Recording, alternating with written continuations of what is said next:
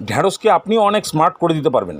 1 চামচ সাদা সর্ষে, 20টা মতো কাজু আর 1 চামচ পোস্ত ভালো করে শিলনোড়ায় বেটে নিয়ে শিলনোড়া ধোয়া জলের মধ্যেই এটাকে গুলিয়ে রেখে দিন। এবার এই লিলিপুট টাইপের ঢ্যাঁড়সগুলোকে ভালো করে ধুয়ে নিয়ে মোটা মাথার সরু লেজা কেটে বাস কড়াইতে ঢেলে দিন গরম তেলের মধ্যে। অল্প করে নুন, লঙ্কার গুঁড়ো, হলুদ গুঁড়ো দিয়ে ভালো করে ভাজুন। কালসিটে মার্কা টাইপের রং এসে গেলে তারপরে তুলে নিন। এবার ওই তেলের মধ্যেই সামান্য কালো জিরা আর 3-4টে চেরা কাঁচা লঙ্কা দিয়ে হালকা ভেজে নিন। কাঁচা লঙ্কার গায়ে ফোসকা পড়ে গেলে টমেটোর পেস্ট ঢেলে দিন। ওপরে পরিমাণ মতো নুন, হলুদ আর লঙ্কার গুঁড়ো দিয়ে খুব ভালো করে কষান।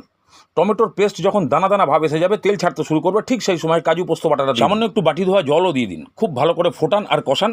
যখন জলটা পুরোপুরি টেনে আসবে তখন 2টো কাঁচা লঙ্কা আর ভেন্ডি ভাজাগুলো দিয়ে খুব ভালো করে মিক্স করে দিন। আচ্ছা, আমি কিন্তু আজকে একটু ঝোল ঝোল খাবো, হ্যাঁ, সেই মতো জল দিন আর ঝোল বাড়ান, ঢাকনা দিন, পুরোপুরি সেদ্ধ করুন। বাস সেদ্ধ হয়ে গেল মানেই রেডি।